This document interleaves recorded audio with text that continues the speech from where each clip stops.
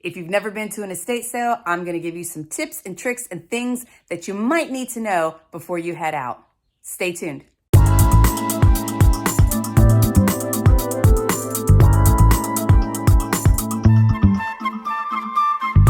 Hello and welcome to my channel, Run It Back Rack. My name is Katrina, your hostess with the Upcycling Fashion Mostess. There are two reasons for this channel. One is to increase awareness for sustainability by taking something old and making something new. Two, I plan to create myself out of the corporate shackles that is my 40-hour-a-week job. Come along with me on this journey and let's see how long it takes.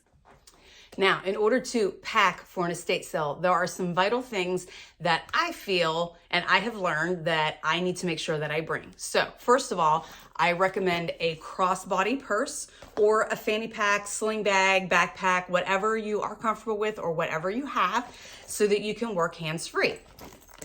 First thing that I recommend, either cash or a checkbook. Most estate sale companies do not take debit cards.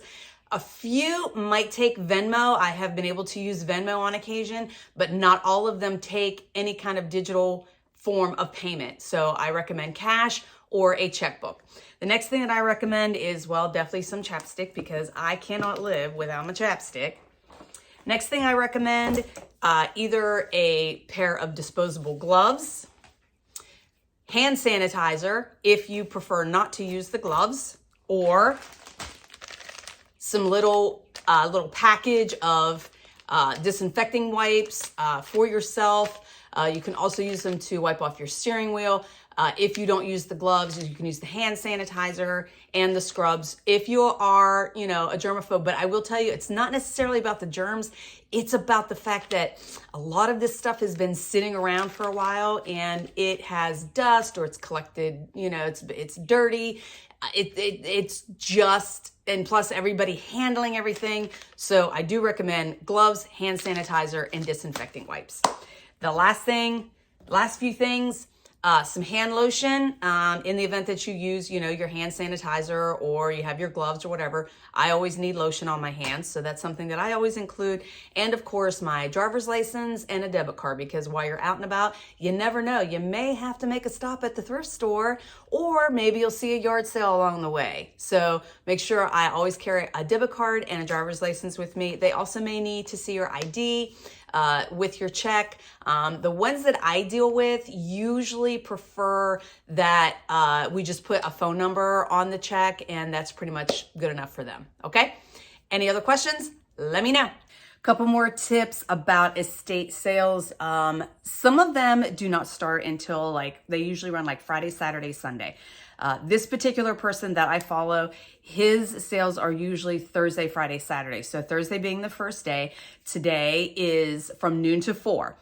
Normally, other estate sale companies, they will start their estate sales at about 9 o'clock in the morning. That's when they open the doors. Now, if there is a lot of vintage stuff or a lot of things that you see on the website, which I will tell you about in just a moment, if you see a lot of things in the pictures that you feel might be collector's items or something that somebody might be actually looking for, you'll want to get there early, especially with vintage clothing, vintage jewelry, and vintage toys.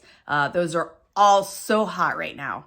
So the first thing you want to do is, believe it or not, you want to at least get to the sale an hour or more early than the time that they open the doors. The reason for this is everybody will get in line at 8 a.m. At least the most recent one that I went to was a huge vintage toy sale. And they said they will be passing out numbers at 8 a.m. So we got in line, 8 a.m., they passed out numbers. We all walked back to our cars and waited until 9 when they opened the doors. Now, by having a number, that gets you in line in the order that you arrived. So the last sale, I was number 52. So basically you go along your line and you find out where's 51 and 53 and you put yourself in between. So they will allow you in the house according to your number in the order that you arrived. And a lot of times these houses are so small or they're just overrun with so much stuff that they can only let in a limited number of people at a time.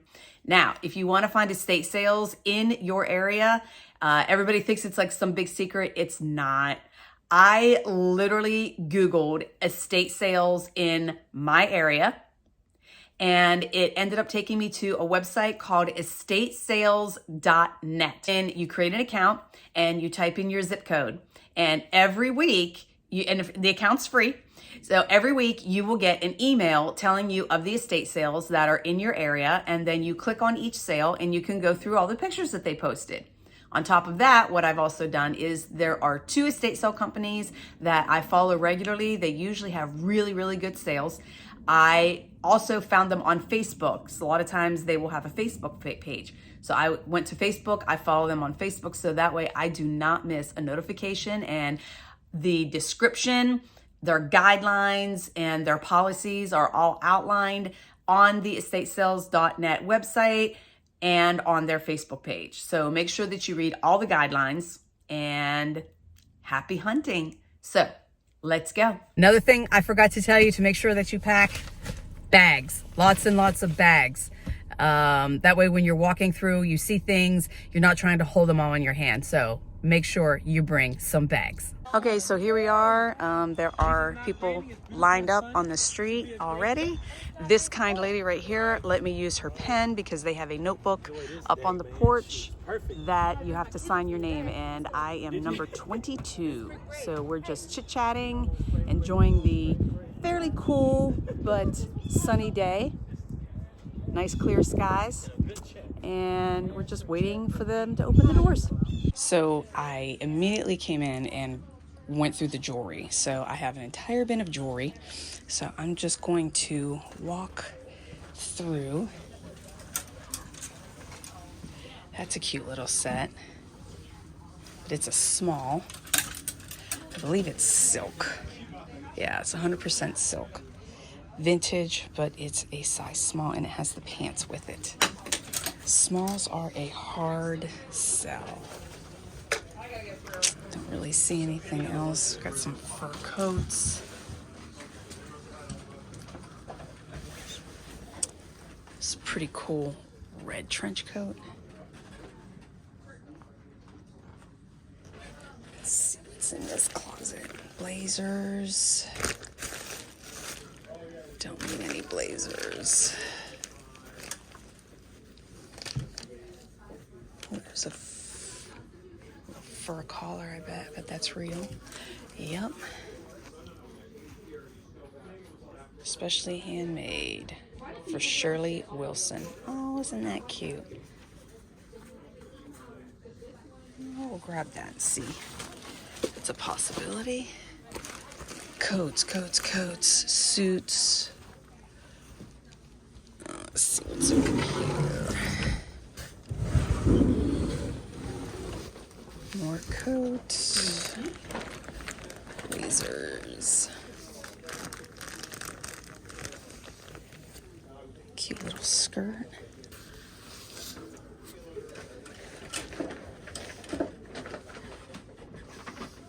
Shirts. Let's see. All right. There's nothing in nothing in this room that I really wanted. Oh, that's kind of neat. I like that. I did see that in the pictures. Let's see here. Wicker drawer organizer for $12. Okay, let's see if I can get back in this closet. Oh, those are some nice little candlesticks. Oh, they're not really metal. Oh, that's cute. All the little big balls. Hats. There's just stuff everywhere. It's so hard to get in here. All right, let's see if there's anything in here that I need. Nope, more coats. Ooh, ooh, ooh. I can't get that open. I know, right?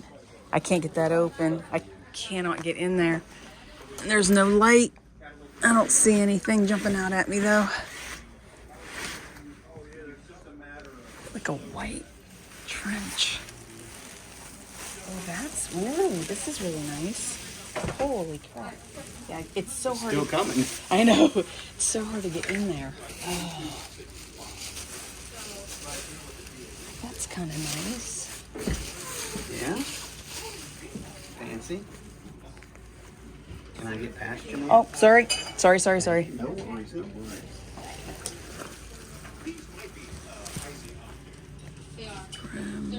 Where?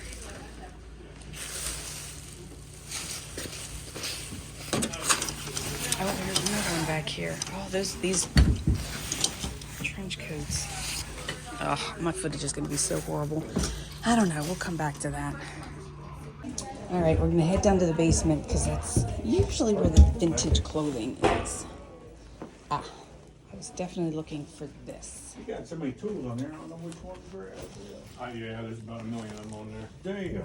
That's a little smaller than I thought it would be. Living for 20 plus years. Yeah. I gotta check it out. Let's see here. Oh my goodness. Right. Yeah. So I saw an idea from somebody. They had purchased one of these and painted it, and then they use it at their pop-ups to put their purses in. And I've been wanting to get one because I thought that was a super cute idea. But this one, the cardboard is bent, and there is a peg missing right here. So it's a little, could be fixable now. It needs a screw. So I bet if I wet this, because this is bent, it doesn't want to stay. I could probably get this at a good price, and then we're gonna fix it up. Use it for pop-ups. Okay, so I am outside. It was very, very hard to get footage in there. It was very cramped, very dark, especially in the basement. But here is what I picked up. So I got this crib. This is gonna need some TLC, but I got it for $5. There were about 5 or 6 tubs of jewelry in there. I sorted through it, and I got this entire bin for $30. So some of the beads I'm going to reuse for crafting, but then there was a lot of stuff like this that was amazing. There was some Monet. I definitely found some signed pieces in there. This is a really cool belt. Could also be used as a necklace. Bright, fun colors. There's a bracelet, a necklace, and a pair of earrings. So there's an entire set there. So that's really cool. Now these, I'm not so sure about these. They're going to need some TLC, and I need to do a little bit more research. But these are original Cabbage Patch Kids before Xavier Roberts stole the idea off of Martha Nelson Thomas. So I happened to see this top, and it's so funny because literally 3 days ago, there was a video that popped into my feed with the whole story about the original Cabbage Patch Kids and where they got the idea. So these are the original handmade ones. This is the in-between phase. So on the back neck of this one, it says copyright 1984 M.N.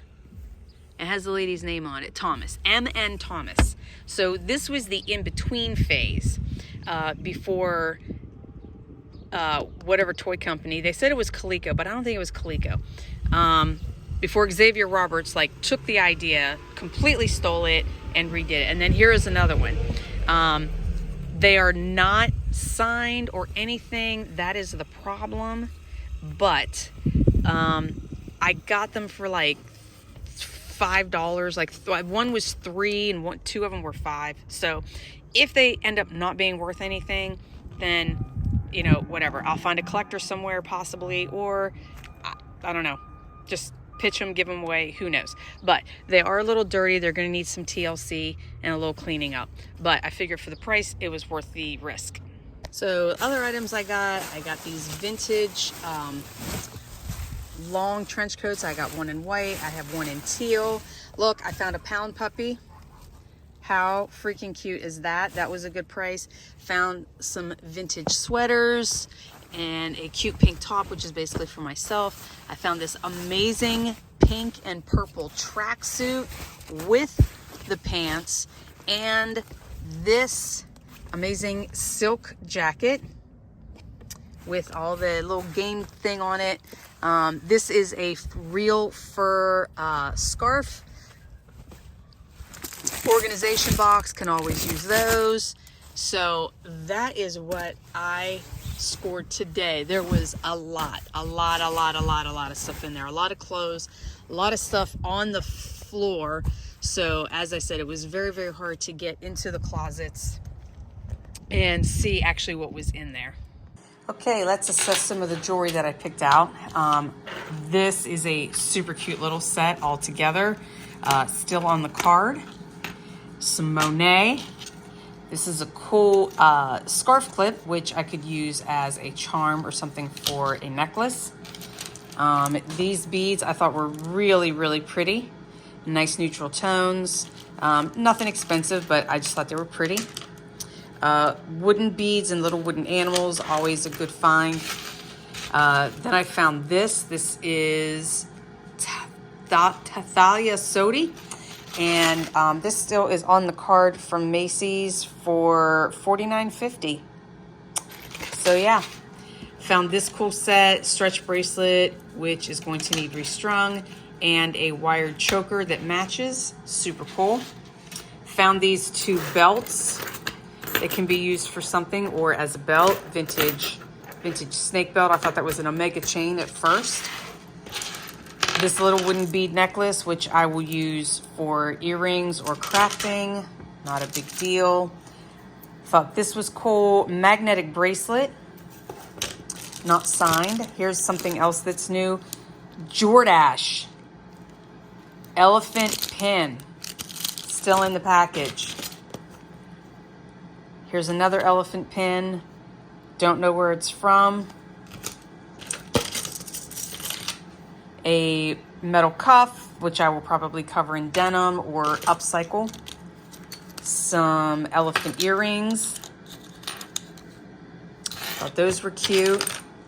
I found this cool necklace like on my way out. Another elephant pin.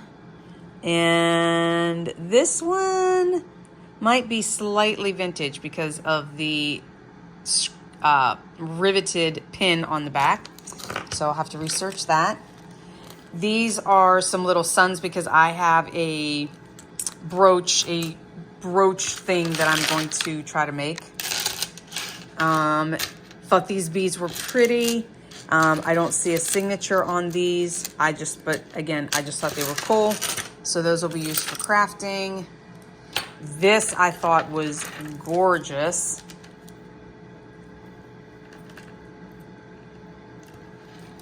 I think, nope, I thought maybe it was a bolo, but it is not. But still, even if I just use the beads are cool. Found these cufflinks, which I thought were gorgeous. And it looks like I can take the back off if I want to make them into earrings. Found this necklace and bracelet set. Can also use it to upcycle. Look at this. How amazing is that piece? And I don't believe it's signed, but I just thought it was really cool. And I always love picking up a lady face pin. There's another little lady there, and her scarf broke off, but I found the piece. It's in here. Oh, here it is, right here. Let's see what else. Oh, I found this cool turquoise elephant necklace. Can upcycle that. There's the other cufflink. This is a Monet ship's wheel. This is a vintage. I found the earrings first, and I grabbed them because they are signed listener.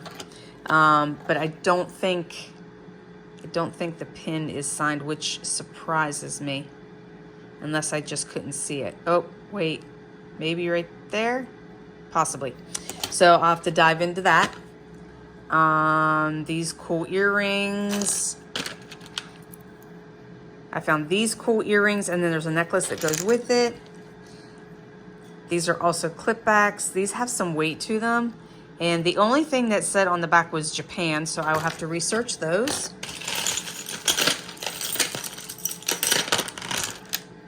More fun beads. See if I can do anything with these. Or somebody may like that as a necklace. These I thought were really cool. These big gold, brush gold beads. Oh yeah, here's the little shell necklace that goes with the earrings. This is always a popular thing. I can't remember what this is called, but it's like the hand of something.